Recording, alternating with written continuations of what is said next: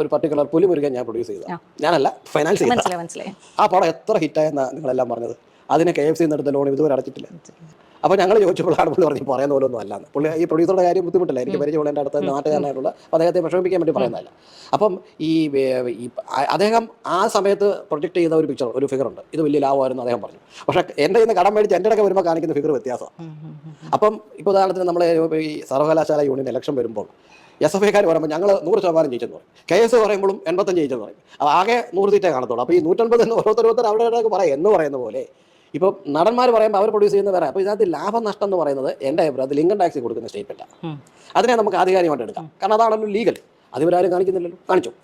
ഇപ്പോൾ ഉദാഹരണത്തിന് producer association പുറത്ത് വിട്ടതിനകത്ത് ഇൻകം ടാക്സ് കൊടുത്ത സ്റ്റേറ്റ്മെൻറ്റ് കാണിച്ചിട്ടുണ്ടോ? ഇല്ല, എനിക്ക് തോന്നുന്നില്ല. അവരുടേതായിട്ടുള്ള ഒരു സ്റ്റേറ്റ്മെൻറ്റാണ് കാണിക്കുന്നത്. അപ്പോൾ അതിനകത്ത് ഡിപ്രിസിയേഷൻ വരും. Depreciation is not a loss actually. ഇപ്പോൾ ഉദാഹരണത്തിന് 1 കോടി രൂപയുടെ കാർ ഒരു സിനിമയ്ക്ക് വേണ്ടി മേടിച്ചാൽ അത് വിൽക്കുമ്പോൾ ഡിപ്രിസിയേഷൻ പ്രകാരം ഇൻഡസ്ട്രിയിലാണെങ്കിൽ 30%, 70 ലക്ഷം രൂപയാണ്